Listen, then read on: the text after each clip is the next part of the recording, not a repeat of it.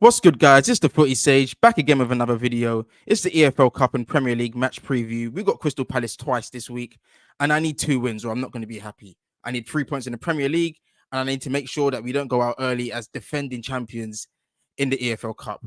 You can say what you want about the cup. We won it, and I want to win it again. It's a good way to kickstart the Premier League, considering we haven't started off very well this season anyway. So we need to go far in that and keep our momentum high. What I will say is, I'm scared about how we're going to line up. If we play a weak team against Crystal Palace in the EFL Cup, we will go out. That being said, if we're saving our players to play a strong team against Crystal Palace and we go and lose on Saturday and win tomorrow, it's still not good because we need balance. We still need to pick up points in the Premier League, and we can't be going out early in the cup. It's not a good look. But yeah, how do you guys think we're going to line up? Comment below. I'm going to show you the lineups that I think we're going to play, and I kind of hope I'm wrong, but at the same time, if I'm right, it's exciting. Let's look at team one, guys. This is what I think we're going to do in the Carabao Cup. I don't think Rashford's playing. I don't think Højlund's playing. Bruno always plays. And I really hope that Amrabat makes his debut. The only problem is if he makes his debut playing next to McTominay, he might not look good in his debut. That's the problem. But yeah, I feel like Martial looks sharp. I feel like he's going to want to get some minutes, and it's not good to always rely on Højlund. So I feel like Martial's going to get some minutes. I feel like Garnacho's going to get another start, another opportunity, because he started the first 2 games of the Premier League and wasn't good. So I feel like he's going to get an opportunity here. Pellistri goes on the right for me. I don't want to play that formation we played against Burnley again. So yeah, I'm happy with this.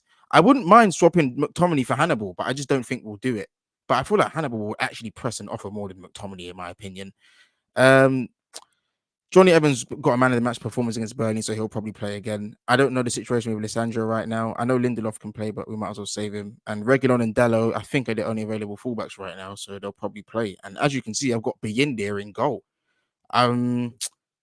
This is what we bought him for, so I expect to see him play. You know, he's got to get some minutes at some point. I want to see what he's capable of. I know he's only the second choice goalie, but yeah. Is there anything here you guys would change? Because I'm not really sure what I would do. But when we go over to the Premier League team now, you'll see why I did this. So yeah, this is the Premier League team. Let me just check you guys can see that on your screens. Let me do this again. I think I turn it off. Here's the Premier League team, guys, for the weekend. Got Rasmus Højlund up front, Rashford on the left, Pellistri still on the right. It's the same formation, just a quick change of personnel. Casemiro with Amrabat and Bruno in the midfield. That's looking like the strongest, most balanced midfield we'll have this season.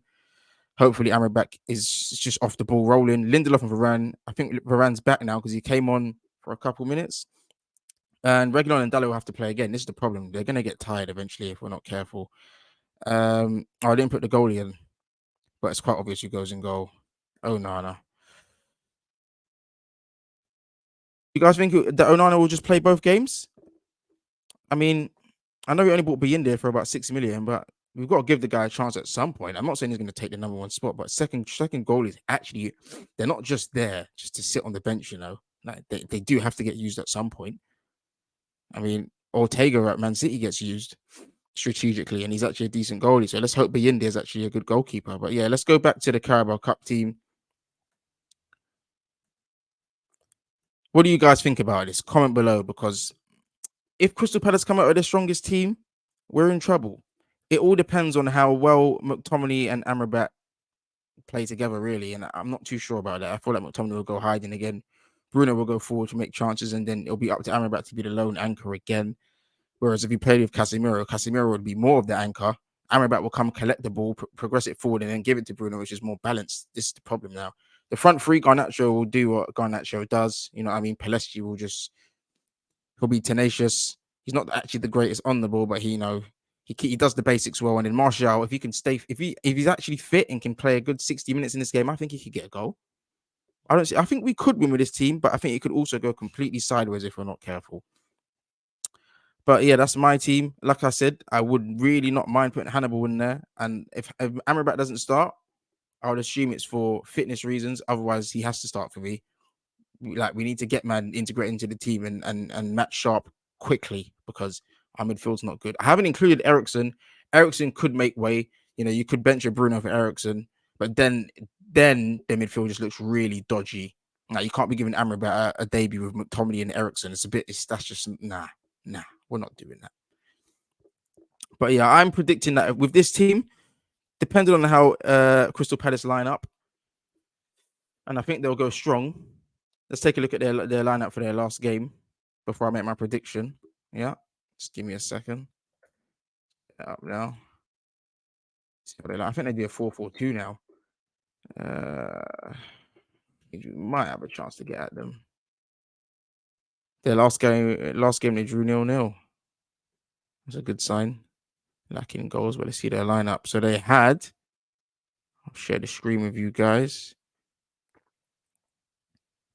Okay, 4-2-3-1. Decore, Hughes, Schluppin, Cam. Eze off the left is probably the only main threat, and Edward can be a threat in the box if Eze can find him, or Tariq Mitchell puts in a decent ball into the box. Gahey, Anderson, you know about them. I think we could get at them with that team I just showed you, if I'm being completely honest.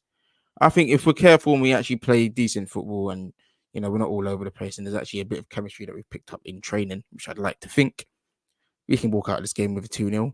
Maybe if Eze has a bit of flair, he can get a goal for them, but I think we can put 2 past Crystal Palace. I'll go for 2-1. We'll beat Crystal Palace 2-1 in the Carabao Cup. Now, to the Premier League, if they play this team and we play our same team again after already beating them in the Carabao Cup, I think we'll just eat them alive, I'm being completely honest. It all comes down to the Carabao Cup game. As long as we win there, we'll walk the park with them in the Premier League. But if we lose to them at the Carabao Cup, we're going to have less momentum and they might catch us off guard in the Prem as well. And if I'm being honest, I don't want to win one or the other. I'll be annoyed in it. I need 2 wins. It's as simple as that. Defend your title as champions in the Carabao Cup, progress, and go and pick up an important 3 points in the Premier League. Where was I? Stop sharing that. Give me a second, guys. Still learning how to use this stuff, man. Need an editor. But yeah, back to this team one more time. Comment below what you guys think. What would you change if you think this is a good team, if it's a weak team?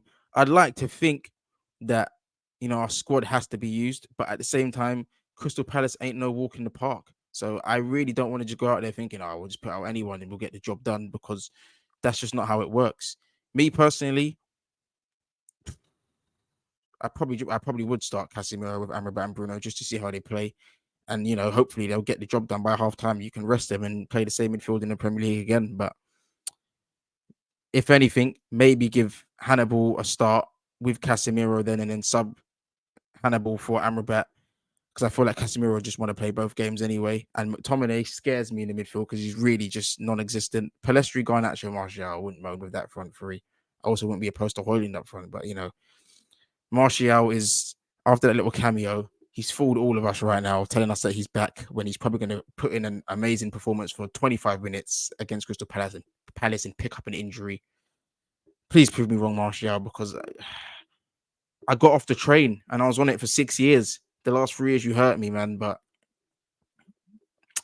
we'll have to wait and see. But that's my prediction, guys. Remember to like, comment, and subscribe. And yeah, I'll be back with another video soon. My next video will probably be why I don't think Man United will get top 4. It will either be that one or the Ralph was right about the open heart surgery video, both coming soon. It's not looking good for us, but I'm hoping that with the shit we have, we can make it work. But yeah, like, comment, and subscribe. See you in a bit.